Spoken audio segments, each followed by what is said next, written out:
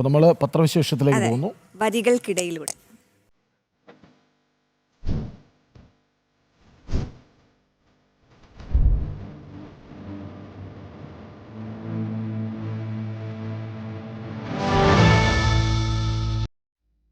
ആദ്യം തന്നെ ജന്മഭൂമിയിലേക്ക് പോയാലോ? യെസ്.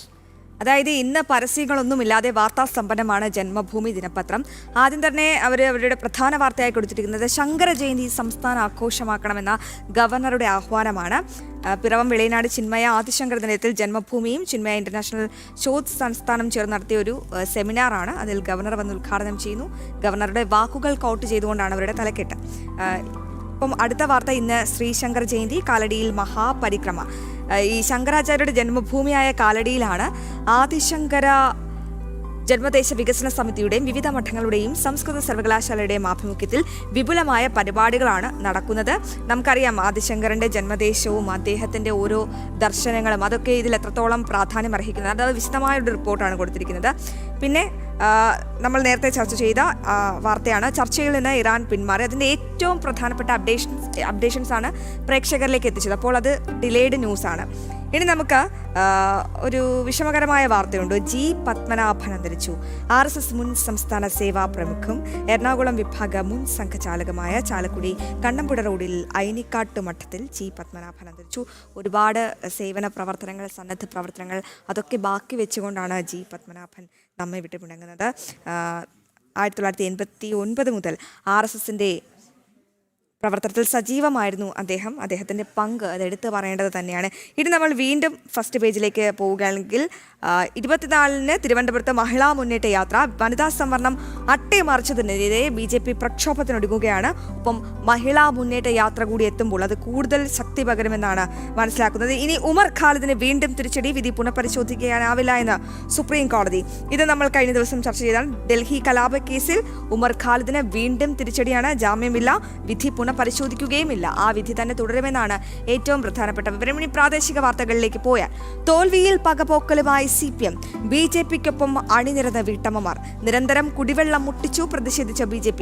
നമുക്കറിയാം ഈ എപ്പോഴും തോൽവിയിൽ ഈ CPM പക പോക്കാറുണ്ട്. ആറ്റുകാൽ പൊങ്കാല തന്നെ അതിന് ഏറ്റവും വലിയ ഉദാഹരണമാണ്. എന്തായാലും BJPക്കൊപ്പം വീട്ടമ്മമാരെല്ലാം വാസ്തവം മനസ്സിലാക്കി ഒപ്പം നിൽക്കുന്നു എന്നതിലുള്ള ഏറ്റവും പ്രധാനപ്പെട്ട വിവരവും ചിത്രവുമാണ് പങ്കുവച്ചിരിക്കുന്നത്. ഇനി പ്രാദേശിക വാർത്തയിലേക്ക് പോവുകയാണെങ്കിൽ വളരെ പ്രധാനപ്പെട്ട ഒരു വാർത്ത. ഗുരുതര പരിക്കേറ്റ 2 പേരെ മെഡിക്കൽ കോളേജിൽ പ്രവേശിപ്പിച്ചു. ക്ഷേത്ര മത പാഠശാല പോലീസ് തല്ലി തകർത്തു. പ്രവർത്തകരെ തല്ലിച്ചതച്ചു. എനിക്ക് തോന്നുന്നില്ല മറ്റ് പത്രങ്ങൾ ആ വാർത്ത കൊടുത്തിട്ടുണ്ടോ എന്നത്. എന്തായാലും ഇന്നലെ അതീവ ഗുരുതരമായാണ് ഒരു BJP പ്രവർത്തകനെ പരിക്കേറ്റത്. ഇത്തരത്തിൽ പോലീസ് നരനായാട്ട്, പോലീസ് നമ്മളാണ് ആ വാർത്ത ബ്രേക്ക് ചെയ്തത്. അതായത് മതപാഠശാലയിലേക്ക് ഇരമ്പി കയറുന്നു, വാതിൽ ചവിട്ടിപ്പൊളിക്കുന്നു, കൃഷ്ണന്റെ വിഗ്രഹം നിലത്തിടുന്നു, മതഗ്രന്ഥങ്ങൾ വലിച്ചെറിയുന്നു. എന്നിട്ട് അവിടെ യോഗം കൂടിയിരുന്നവരെ മുഴുവൻ ആ പടിക്കെട്ടിലൂടെ വലിച്ചിഴച്ചുകൊണ്ട് ബസ്സിൽ കയറ്റി എന്നാണ്. ഒരാളുടെ വിളി നമ്മൾ കേട്ടതാണ്, ശ്വാസം കിട്ടുന്നില്ല എന്ന് പറഞ്ഞിട്ട് വിളിക്കുന്നത് നമ്മൾ കണ്ടു. പത്രത്തിലുള്ള ഭീകര ദൃശ്യങ്ങളും ഒക്കെ അവർ ആ ഒരു പേജിൽ ഉൾപ്പെടുത്തിയിട്ടുണ്ട്. ഇനി നമുക്ക് ഉൾപേജുകളിലേക്ക് പോവുകയാണെങ്കിൽ, വിചാരം പേജിൽ വനിതാ സംവരണ ഭേദഗതി ബിൽ അട്ടിമറിച്ചതിലൂടെ ഹോമിക്കപ്പെട്ടത് നാരീശക്തിയുടെ അവകാശങ്ങൾ. അതിലെന്താണ് സംശയം? ഞങ്ങളുടെ എല്ലാ അവകാശങ്ങൾ മെതിച്ചുകൊണ്ടാണ് പ്രതിപക്ഷം വീണ്ടും ഈ ബില്ലിനെ എതിർത്തത്. അത് വളരെ പ്രധാനപ്പെട്ട പോയിന്റുകൾ വിശദീകരിച്ചുകൊണ്ടുള്ള ഒരു എഡിറ്റോറിയൽ പേജാണ്. അത് പ്രേക്ഷകർ സമയം കിട്ടുവാണെങ്കിൽ വായിച്ചു നോക്കണം. നമുക്കിവിടെ സമയപരിമിതിയുണ്ട്. എന്തായാലും സ്ത്രീകൾ പല കാര്യങ്ങളും മറന്നു എന്ന് വരാം, പക്ഷേ തങ്ങൾക്ക് നേരിട്ട അപമാനം അവർ ഒരിക്കലും മറക്കില്ല. നരേന്ദ്രമോദി പറഞ്ഞതാണ്, അത് യാഥാർത്ഥ്യം തന്നെയാണ്. അപ്പോൾ എല്ലാ പ്രിയപ്പെട്ട പ്രേക്ഷകരും, പ്രത്യേകിച്ച് സ്ത്രീകൾ, ഈ എഡിറ്റോറിയൽ പേജ് ഒന്ന് വായിക്കണമെന്ന് ഞാൻ അഭ്യർത്ഥിക്കുകയാണ്. ഇനി നമുക്ക് പൊതുവാർത്തയിലേക്ക് പോവുകയാണെങ്കിൽ, ശ്രീകൃഷ്ണ അവഹേളനം, പോലീസ് വേട്ടയ്ക്കെതിരെ ശക്തമായ പ്രതിഷേധം ഉയരുമെന്ന് ഹൈന്ദവ സംഘടനകൾ വ്യക്തമാക്കുന്നുണ്ട്. വരും ദിവസങ്ങളിൽ വലിയ രീതിയിലുള്ള പ്രതിഷേധം തന്നെയാണ് ശക്തമാക്കുന്നത്.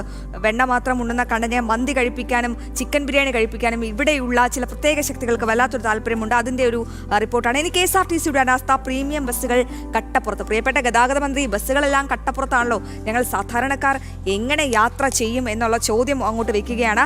ദേശസാൽകൃത റൂട്ടുകളെല്ലാം സ്വകാര്യ മേഖലയ്ക്ക് നൽകിക്കൊണ്ടുള്ള അവിടെയും ഒരു അഴിമതി നടത്താനുള്ള ഗതാഗത മന്ത്രിയുടെയും സംസ്ഥാന സർക്കാരിൻ്റെയും ഒത്താശയോടുകൂടി നടക്കുന്ന വാർത്ത ജന്മഭൂമി റിപ്പോർട്ട് ചെയ്യുന്നുണ്ട്. ഇനി സംസ്കൃത പേജിൽ നമ്മുടെ ശങ്കരാചാര്യരെ പറ്റി വളരെ വിശദമായ റിപ്പോർട്ടുകളുണ്ട്. അങ്ങനെ വാർത്തകളാൽ സമ്പന്നമാണ്, പരസ്യങ്ങളൊന്നുമില്ല തന്നെ കേട്ടോ.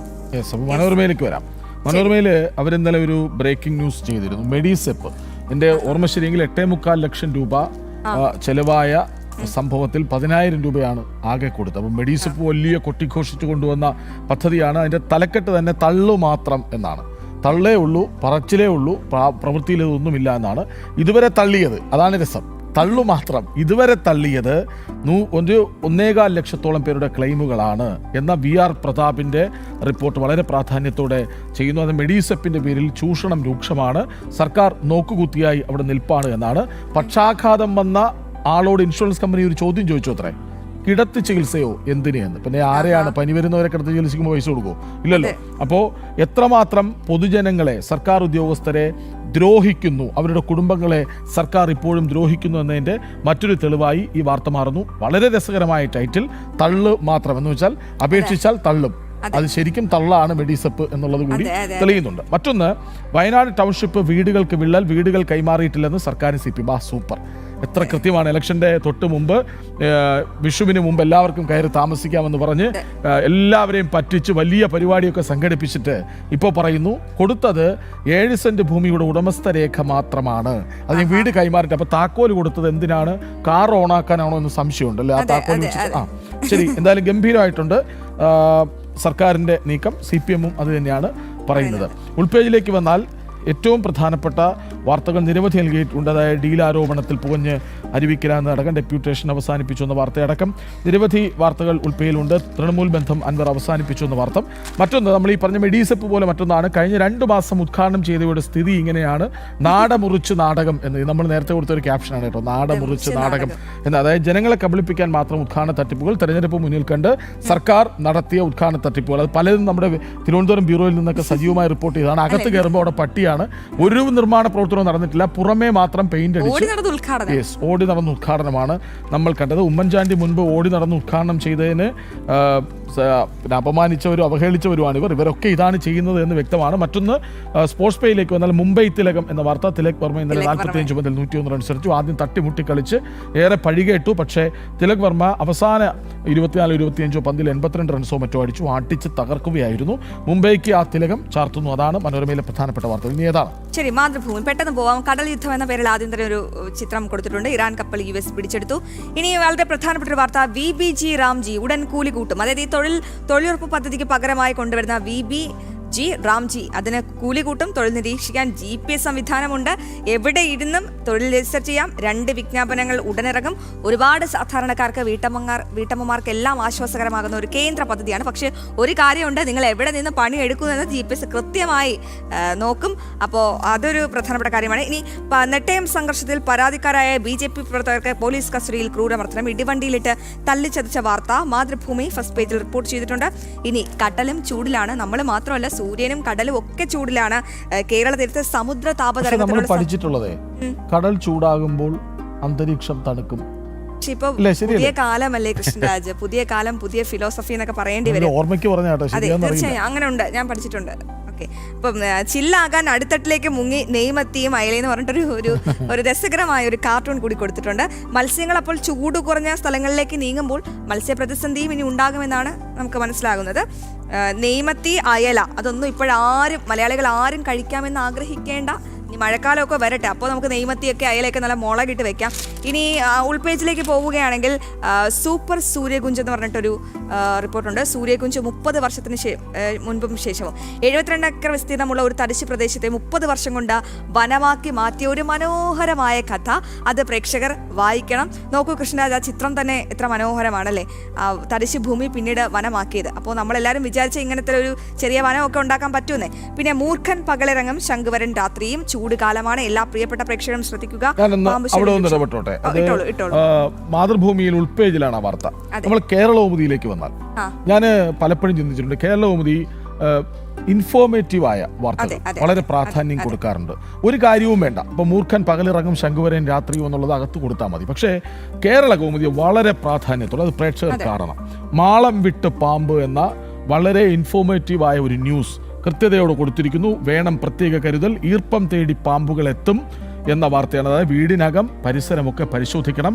ചൂട് കൊടും ചൂടാണ്, അപ്പം മാളത്തിൽ ഇരിക്കാൻ പറ്റാതെ ഈർപ്പമുള്ള ഇടത്തേക്ക് വരും. അപ്പോൾ ശ്രദ്ധിക്കേണ്ടത് ഈർപ്പമുള്ള ചതുപ്പുകൾ, കാട് പിടിച്ച പ്രദേശങ്ങളൊക്കെ അതാണ് വളരെ ശ്രദ്ധിക്കണം. അത് വളരെ അഭിനന്ദനം അർഹിക്കുന്നു. KS അരവിന്ദിന്റെ വാർത്ത, അവരുടെ എഡിറ്റോറിയൽ ഈ മുഖപ്പേജിൽ മാളം വിട്ട് പാമ്പ് എന്ന വാർത്ത കൊടുത്തത് അഭിനന്ദനാർഹമാണ്. കാരണം മുൻ പേജിൽ എല്ലാ പൊതുജനങ്ങൾക്കും ഉപകാരപ്രദമായ കേരള കൗമുദി അങ്ങനെ ഇൻഫോർമേറ്റീവ് ആയിട്ട് തന്നെ വാർത്തകൾ കൊടുക്കാറുണ്ട്. കേരള കൗമുദിലേക്ക് തന്നെ നമുക്ക് പോയാലോ കൃഷ്ണരാജിനി? യെസ്, മറ്റൊരു പ്രധാനപ്പെട്ട വാർത്തയായി നൽകുന്നത് സേനാ താവളം പരസ്പരം തുറക്കാൻ ഇന്ത്യയും റഷ്യയും എന്നാണ്. അതായത് ഈ യുദ്ധമൊക്കെ ഇങ്ങനെ ഭീതി പലർത്തി നിൽക്കുമ്പോൾ വളരെ പ്രാധാന്യം അർഹിക്കുന്ന ഒരു വാർത്തയാണ്. 5 യുദ്ധക്കപ്പലുകൾ മോദിയും പുടിനും ചേർത്ത് പിടിച്ചു പുടിന് മുത്തം കൊടുക്കുന്ന ചിത്രമാണ്. അപ്പോൾ വിന്യസിക്കുന്ന 5 യുദ്ധക്കപ്പലുകൾ, 3000 സൈനികർ, 10 യുദ്ധവിമാനങ്ങൾ. MB പ്രദീപ് കുമാറിന്റെ വാർത്തയാണ്. പശ്ചിമേഷ്യൻ സംഘർഷത്തിന്റെ മറവിൽ ട്രംപ് ഭരണകൂടം പാകിസ്ഥാനോട് കൂടുതൽ ചായ്വ് പ്രകടിപ്പിക്കുന്നതിനിടെയാണ് റഷ്യയിലെ കരനാവിക വ്യോമസേനാ തേവളങ്ങൾ ഇന്ത്യക്കും അതുപോലെ തിരിച്ചും ഉപയോഗിക്കാൻ കഴിയുന്ന കരാറിലേക്ക് നമ്മൾ പോകുന്നതെന്നാണ്. കാരണം ഈ അമേരിക്കയ്ക്ക് ഇപ്പോൾ ഗൾഫ് രാഷ്ട്രങ്ങളിൽ സേനാ താവളങ്ങൾ ഉള്ളതുകൊണ്ടാണ് ഗൾഫ് രാഷ്ട്രങ്ങളെ ഇറാൻ ആക്രമിക്കുന്നത്. അപ്പോൾ ഇവിടെ റഷ്യയുടെ ഇടങ്ങൾ ഭാരതത്തിനും ഭാരതത്തിന്റെ ഇടങ്ങൾ റഷ്യയ്ക്കും തുറന്നു കൊടുക്കുന്നു സേനാ താവളങ്ങൾ. വളരെ അഭിനന്ദനാർഹമായ ഒരു നിലപാടാണ്.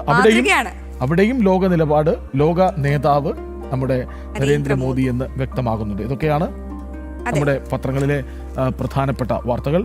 ഏതായാലും സമഗ്രമായി ഒരു പത്രം വായിക്കുന്ന ചടുലതയോടെ ഞങ്ങൾക്ക് എത്തിക്കാൻ കഴിഞ്ഞു എന്നാണ് വിശ്വാസം. ഇനിയും പത്രങ്ങൾ ഉണ്ടായിരുന്നു, ഇംഗ്ലീഷ് പത്രങ്ങൾ അടക്കം ഉണ്ടായിരുന്നു, പക്ഷെ സമയം അനുവദിക്കുന്നില്ല. എല്ലാ പ്രേക്ഷകർക്കും നല്ലൊരു ശുഭദിനത്തിന്റെ തുടങ്ങിക്കഴിഞ്ഞല്ലോ.